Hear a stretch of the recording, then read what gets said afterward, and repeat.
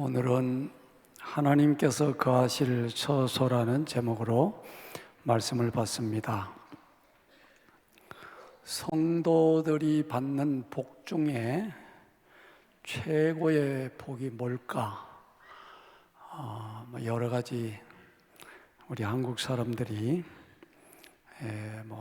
이게 오복입니다 이런 것도 있는데, 성도가 받는 복 중에 최고의 복은 성령의 인도를 받는 복입니다. 주님은 여러분의 주가 되시고 목자가 되셔서 여러분을 인도하시려고 오셨습니다.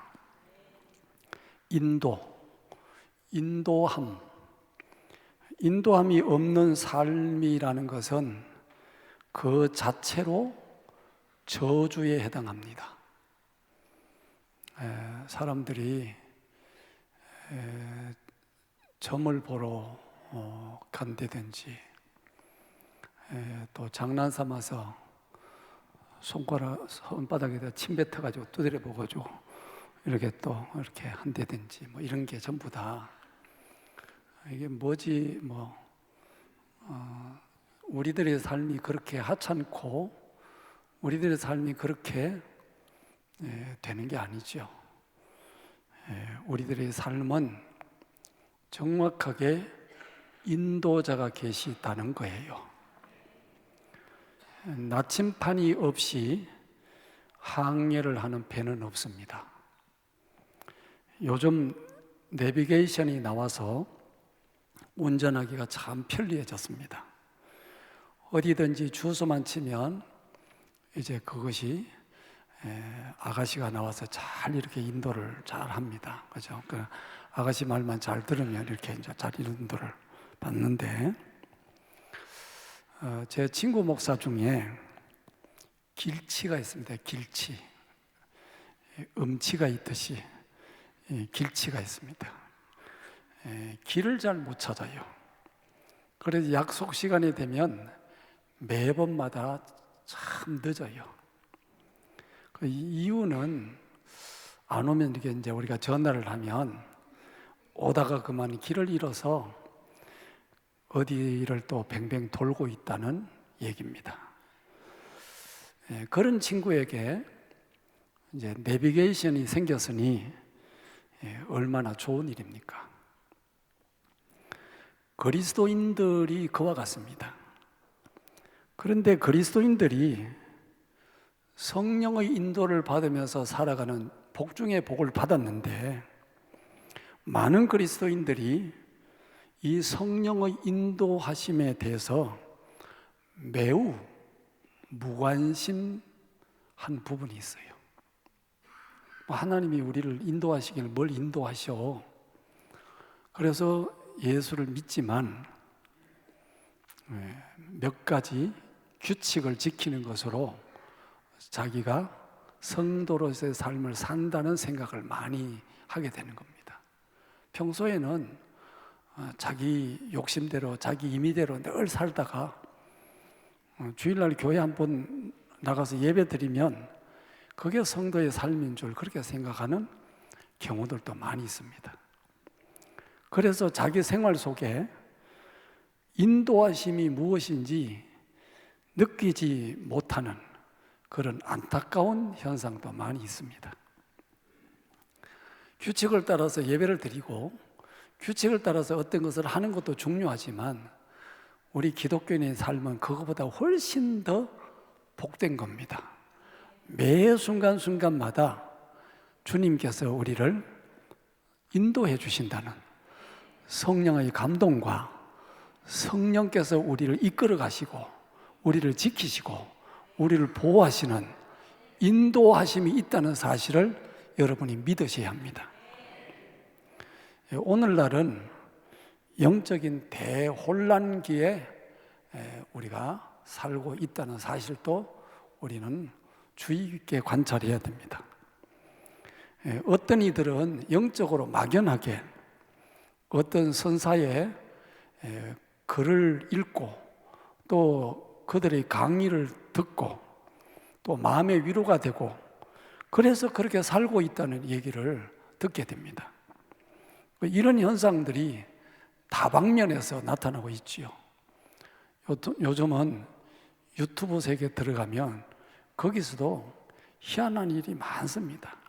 영적으로 성경 해석을 얼마나 교만스럽게 하는 그런 해석도 많고, 아주 영적으로 아주 뒤죽박죽이 되어 있는 혼란기에 성도들이 무방비로 노출되어 있다는 사실도 이제 보게 됩니다. 여러분, 이런 때에 말씀과 기도에 창념하고 매 순간순간마다 하나님이 여러분과 함께 하시면서 여러분을 인도하심에 대한 것을 믿음으로 받아서 깨어있는 믿음 생활을 할 수 있기를 축복합니다. 여러분, 이스라엘이 애굽에서 나와서 광야 생활을 할 때에 그들에게는 정확한 인도하심이 있었습니다. 그들에게는 철저하게 하나님이 이렇게 인도하신다는 표식이 있었잖아요. 구름이 움직이면 자기들도 움직이고, 구름이 중지하면 자기들도 행진하는 걸 멈추었습니다. 그 구름의 인도, 그리고 제사장들이 늘 깨어서 하나님의 인도하심에 대해서 나팔을 정확하게 불었습니다. 그래서 그 험한 광야지만 하나님께서 인도하시는 대로 따라가기만 하면 광야에서 엎드러지는 일은 없었다는 거죠. 그런데 그들이 하나님의 인도하심을 거역하고 반역하고 대적을 하고 믿음 없이 살고, 그래서 그들은 광야에서 수많은 사람이 엎드러지고 말았습니다. 그와 마찬가지로 오늘날에도 여러분들이 이 험한 세상을 살아갈 때 하나님의 인도하심이 있다는 사실을 굳게 잡으시기를 축복합니다. 그래서 주님은 성천하시기 전에 하늘을 쳐다보고 있는 사람들에게 그렇게 말씀하셨습니다. 예루살렘 사람들아, 왜 하늘만 쳐다보고 있느냐? 앞으로 내가 너희들에게 약속한 것을 내려줄 터이니 이 예루살렘을 떠나지 말고 내가 약속한 그것을 기다리라. 그래서 그들은 하나님이 약속하신 것을 기다렸습니다. 열흘이 지난 후에 그들에게는 성령이 임하여 오셨고, 그들은 성령이 임하여 오셨을 때에 하늘문이 열렸지요. 그래서 우리가 흔히 말하면 영적인 눈이 열리고 영적인 귀가 열리고, 그래서 하나님이 예비하신 것은, 하나님이 예비하신 복은 눈으로 볼 수도 없고 귀로 들을 수도 없고 사람의 마음으로 생각할 수도 없는 것이라고 했는데, 성령이 임했을 때 그들은 하나님의 원대한 계획과 하나님께서 그들을 인도해 주심을 알았습니다. 그래서 그들은 성령을 따라서 교회를 세우기도 했고, 성령을 따라서 선교도 하고, 성령을 따라서 선교사를 파송하기도 했습니다. 그러니까 이 초대교회는 어느 정도로 하나님께서 인도하시고 정확하게 성령께서 개입하셨느냐 하면, 아나니아와 삽비라가 명예를 얻기 위해서 자기 땅을 팔아서 반을 감추고 반을 가져와 가지고 오늘 이거 땅을 판 값 전부 답니다. 이렇게 성령을 속였을 때에 베드로가 선언했습니다. 너가 어찌 성령을 속이냐, 하나님을 속이냐. 그래서 그들이 죽기도 했습니다. 그 정도로 강력하게 성령은 우리들에게 오셔서 우리를 인도해 주신다는 사실을 우리들이 믿어야 됩니다. 이게 교회의 시작이고 교회의 모든 성도들에게 하나님이 약속하신 바입니다. 그래서 성령께서는 이 땅에 오셔서 우리들이 인도자도 되시고 돕는 자도 되시고 감독자도 되시고, 그래서 성령께서 모든 것들을 우리들에게 감동을 하시며 우리를 교정해 가시며 우리를 새롭게 만져가시며 우리를 인도하시는 겁니다.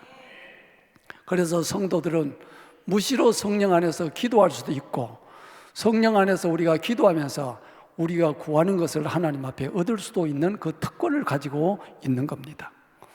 오늘 이 시간을 통해서 여러분에게 제가 선포를 해요. 성도의 자리, 성도의 지위는 여러분이 생각하는 것보다 훨씬 높은 곳에 위치하고 있다는 사실을 믿어야 돼요. 여러분들이 여러분 자신을 쳐다보고 있으면 낙심될 때가 많지요. 나 같은 게 이런 생각을 할 때가 왕왕 있잖아요. 초라한 자신의 모습을 바라보면 소망 없이 한숨 쉴 때도 많이 있습니다. 그러나 성경은 예수 그리스도 안에서 성취된 놀라운 계획을 여러분에게 말씀해 주고 계시는 거예요. 골로새서 3장 말씀 보면 이렇게 기록하고 있습니다. 골로새서 3장 1절과 2절인데, 그러므로 너희가 그리스도와 함께 다시 살리심을 받았으면 위의 것을 찾으라. 거기는 그리스도께서 하나님 우편에 앉아 계시느니라. 위의 것을 생각하고 땅의 것을 생각하지 말라. 그러니까 너희는 그리스도와 함께 살리심을 받았다. 아멘이죠? 여기서 살리심을 받았다는 것은 하나님을 알 수 있도록 성령의 능력을 받아서, 우리가 거듭나서 성령 받아서 다시 살아서, 이 말이야, 살아서 하나님의 깊은 뜻을 아는 삶을 살 수 있게 해주셨다. 그러니까 성도들이 이 땅의 형편만 쳐다보면서 내 형편이 이러네 저러네 이러면서 낙심하거나 소망 없이 살 일이 아니라는 거예요. 위의 것을 찾으라는 거죠. 위의 것을 생각하고 땅의 것을 생각하지 마라. 그리스도와 함께 다시 살리심을 받았다. 아멘입니까? 다시 살아났다는 이 놀라운 선언이지요. 놀랍다는 거예요. 스데반 집사가 순교를 할 때, 사도행전에 나와 있는 말씀인데, 순교를 할 때 사람들이 돌로, 스데반이가 돌을 막 던졌죠. 순교를 하는 그 순간에 스데반이 눈을 들어 하늘을 쳐다봤을 때에 하늘 보좌가 열리고 우리 주님께서 보좌 우편에 서신 것을 봤다는 거야. 그러니까 그걸 보는 순간 세상에 어려운 지금 몸이 돌을 맞아서 죽는 그 순교의 순간에도 그의 얼굴은 천사의 얼굴과 같았다. 그러니까 차원이 다른 거죠. 그 소망의 세계를 바라보고 있다는 그 스데반의 그 모습이에요. 오늘도 여러분들이 주님께 속하여서 살고 있다는 사실을 믿었어야 돼요. 내가 주님께 속했다. 주님께 속했다는 것.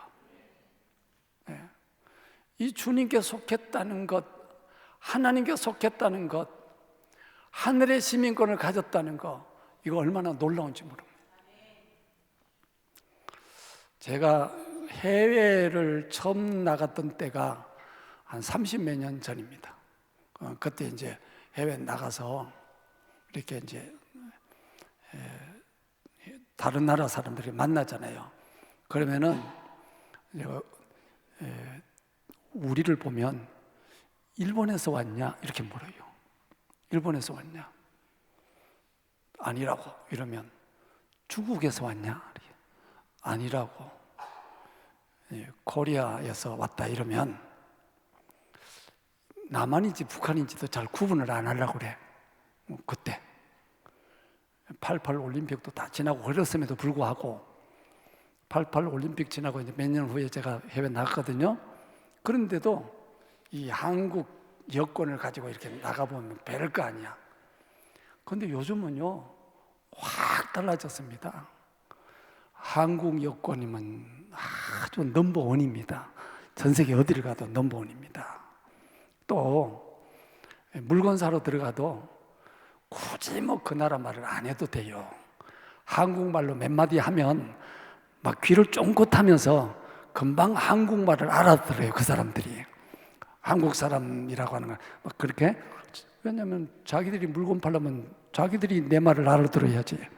그래서 막 무슨 말이냐, 한국 시민권, 한국 여권, 한국 시민으로서의 지위가 상당히 전 세계에서 높아졌다는 거죠.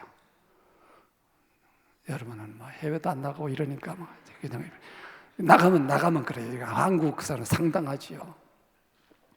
좀 씁쓸한 얘기긴 하지만 분단 국가에 살다 보니까 요즘은 전 세계적으로 핵무기 외에는 우리 한국 이 무기가 아주 어뜸이라네. 이게 좀 씁쓸해요. 무기 팔아먹고 산다는 게 좀 씁쓸하지만 한국이 대단해요. 대한민국 시민권을 가져도 이러할진데 하늘에 속한 시민권을 가졌다는 것, 하나님께 속했다는 것, 이 일을 위해서 주님이 오셨단 말이에요. 이 주님이 오셔서 우리에게 두 가지 일을 명확하게 하셨다는 거예요. 첫째 일은 당신의 피를 흘리셔서, 이거를 보혈이라 그래. 보배로운 피라 그래요. 이 보혈을 흘려서 우리의 죄를 정결케 해주신 거예요. 이 사건은 십자가에서 성취한 사건이죠. 십자가에서 우리의 죄를 위해서 보혈을 흘려서 누구든지 예수를 믿으면 과거의 죄와 현재의 죄와 앞으로의 모든 죄가 다 용서됨을 믿어요. 단 한 번의 제사를 통해서 우리의 모든 죄가 다 도말이 된 겁니다. 그래서 예수 믿으면 죄가 사해집니다. 믿습니까? 이를 위해서 예수님이 오셔서 십자가로 가신 겁니다. 그게 첫 번째 하신 일입니다. 두 번째 일은, 그러면 죄만 없애버리면 되냐? 아니에요. 죄를 없애시고 난 다음에 거기다가 흑암의 권세가 떠나고 성령을 부어주신 겁니다. 성령을 부어주셔서 우리가 하나님께 속했다는 사실을 증거해 주신 거예요. 성령의 인치심을 받았다. 너희가 이제는 하나님께 속했다. 인쳤다라고 하는 것은 이렇게 침을 발랐다, 이런 뜻입니다. 침 발랐다. 아멘. 그 옛날에 이렇게 같이 이렇게 막 밥을 먹다가 이렇게 국수 같은 거 막 먹다가 배고플 때는 그냥 침을 뱉어버리면 다른 사람들이 다 아이고 더러워 그러니까 다 도망가면 혼자서 막 먹었어. 옛날에 그게 침 뱉어놓은 거야. 침 발라놓은 거야. 아니, 내가 여러분들 말씀을 잘 기억하라고, 그러니까 말씀을 잘 기억하라고 내가 말씀드리는 건데, 아이고 더러워 이렇게만 생각하지. 하나님이 여러분을 침 발라놨다. 성령의 기름을 딱 발라서 너는 내 것이다, 이렇게 하셨다는 거예요. 놀라운 은혜입니다. 그래서 성령께서 우리와 함께 하시면서 우리의 삶에 하나님의 뜻이 실현되는 것으로 드러나도록 되어 있습니다. 그래서 성령 받아 은혜 받아서 늘 은혜 받고 성령 충만하고 말씀 충만한 사람은 반드시 그 사람의 삶을 통해서 하나님의 뜻이 나타나고 하나님의 복지심이 나타나고 하나님의 능력이 나타나고 하나님의 영광이 드러나도록 되어 있다는 거예요. 이를 위해서 하나님께서 우리를 당신의 처소 성전으로 삼으셨다. 그래서 오늘 본문 말씀에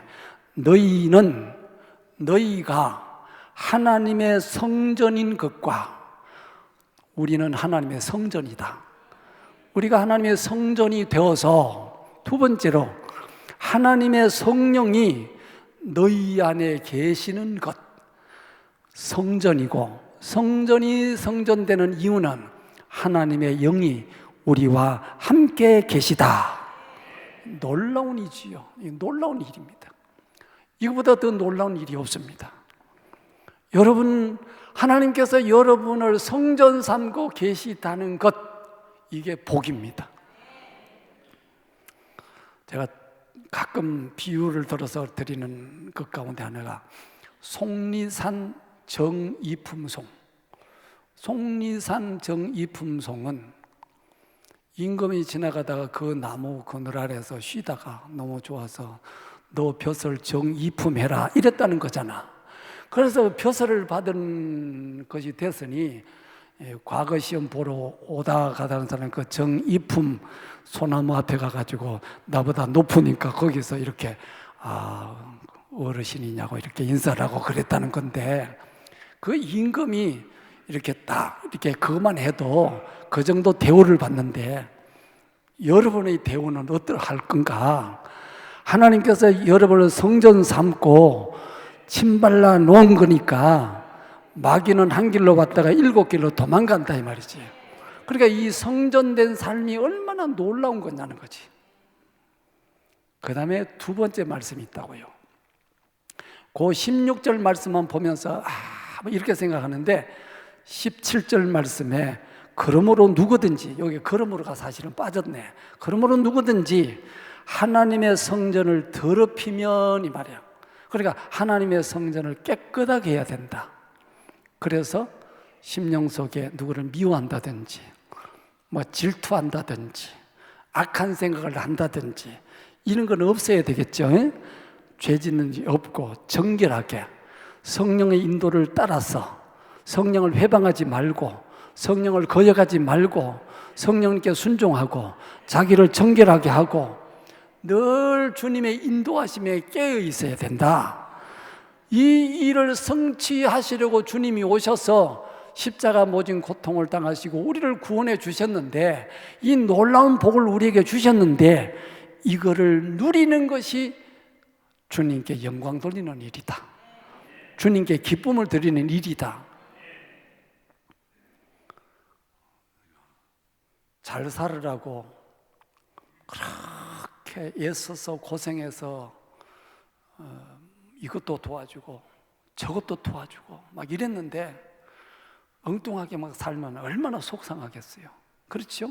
인간적인 예를 들어도 그렇단 말이야.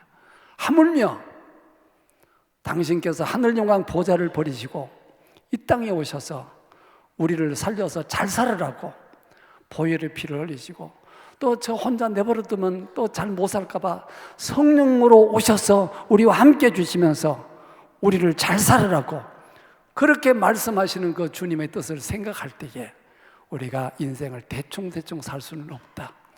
깨어서 살아야 되고 성령님께 민감해야 되고 주님의 음성에 귀를 기울여야 되고, 그래서 그분이 그렇게 그분에게 우리가 귀를 기울여서 살면 그분은, 성령님은 우리가 최적의 삶을 살 수 있도록 우리를 도우십니다.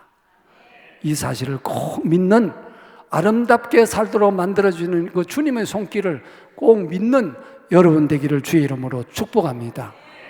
최적의 삶을 살게 하신다는, 이게 성경은 뭐라고 되어 있냐? 그걸 은사라고 해요. 은사. 어떤 이는 봉사의 일로, 어떤 이는 이런 일로, 저런 일로 쭉 그렇게 해놨잖아요. 그죠?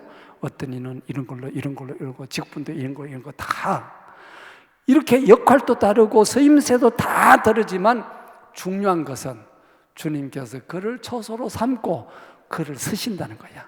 그를 일꾼으로 쓰신다는 거야. 그래서 성경에 너희들은 하나님의 동력자이고 하나님의 밭이다. 할렐루야. 이 은혜를 여러분이 꼭 기억하고 주님과 함께 잘 살아내는 여러분 되기를 주의 이름으로 축복합니다. 이 삶을 계속 살면 그 배에서 생수의 강이 흘러 넘친다. 가라지 않는 인생을 살게 한다. 주님과 교제하면서 사는 행복스러운 삶을 살게 하신다. 이 복되신 주님을 모시는 삶으로 승리하는 여러분 되기를 주의 이름으로 축복합니다.